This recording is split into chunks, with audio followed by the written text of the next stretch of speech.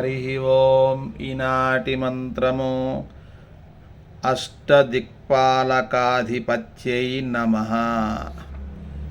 అష్టదిక్పాలకులైనటువంటి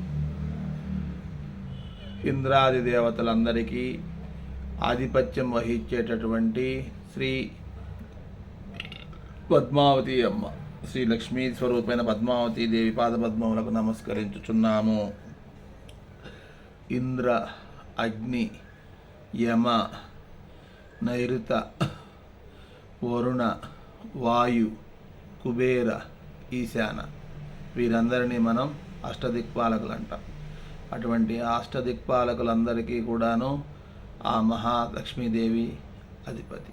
ఓం అష్టదిక్పాలకాధిపత్యై నమః. ఓం అష్టదిక్పాలకాధిపత్యై నమః. ఓం అష్టదిక్పాలాధిపత్యై నమః.